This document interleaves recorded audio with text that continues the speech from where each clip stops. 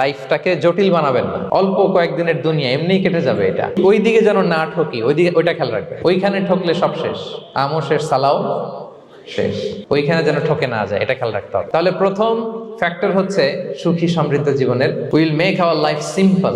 Simplicity is the কি to happiness. আপনি লাইফটাকে সিম্পল করবেন, আপনি হ্যাপি হবেন। রাসূল সাল্লাল্লাহু আলাইহি ওয়াসাল্লামের জীবনের দিকে যদি তাকান, দেখবেন তিনি তাই করেছেন। সুবহানাল্লাহ। সহিহ মুসলিমের একটা হাদিস শোনাই আপনাদেরকে। আম্মা জান আয়েশা রাদিয়াল্লাহু তাআলা আনহা বর্ণনা করেন। তিনি বলেন, একদিন সকালবেলা রাসূল সাল্লাল্লাহু আলাইহি ওয়াসাল্লাম আমার বাসায় আসলেন। ফজর নামাজ পড়ে এসে বলতে, আয়েশা ফজর নামাজ পড়ে আসছি, ব্রেকফাস্ট করার মতো কিছু আছে ঘরে? ইয়া রাসূলুল্লাহ, কিছু নাই? ঠিক আছে, আম ফাস্টিং, যাও আমি রোজা রাখলাম, রোজার নিয়ত করলাম। কত ইজি গোয়িং, কত সিম্পল বানিয়েছেন লাইফটা। আচ্ছা, আমরা হলে কি করতাম? একটু মিলাই নিজের সাথে। সাধারণত আমরা যেটা করতাম, আমরা অনেকে রেগে যেতাম। প্রিয় ভাইরা, ঘরে কিছু নাই মানে তুমি আগে জানাবা না আমাকে? হ্যাঁ, গত রাতে বললে তো কিছু নিয়ে আসতে পারতাম।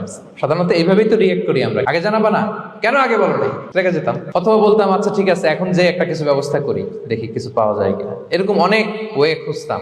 কিন্তু রাসূল সাল্লাল্লাহু আলাইহি ওয়াসাল্লাম এই কোনো অপশন না নিয়ে বললেন, okay, there is no food for breakfast, I am gonna fast fine same. ঠিক আছে, খাবার যখন নাই, আমি রোজাই রেখে দিলাম। সুবহানাল্লাহ। এভাবে তিনি তার লাইফ লিড করেছেন। Make your life simple, you'll be happy. জটিল না করে সহজ করুন, আপনি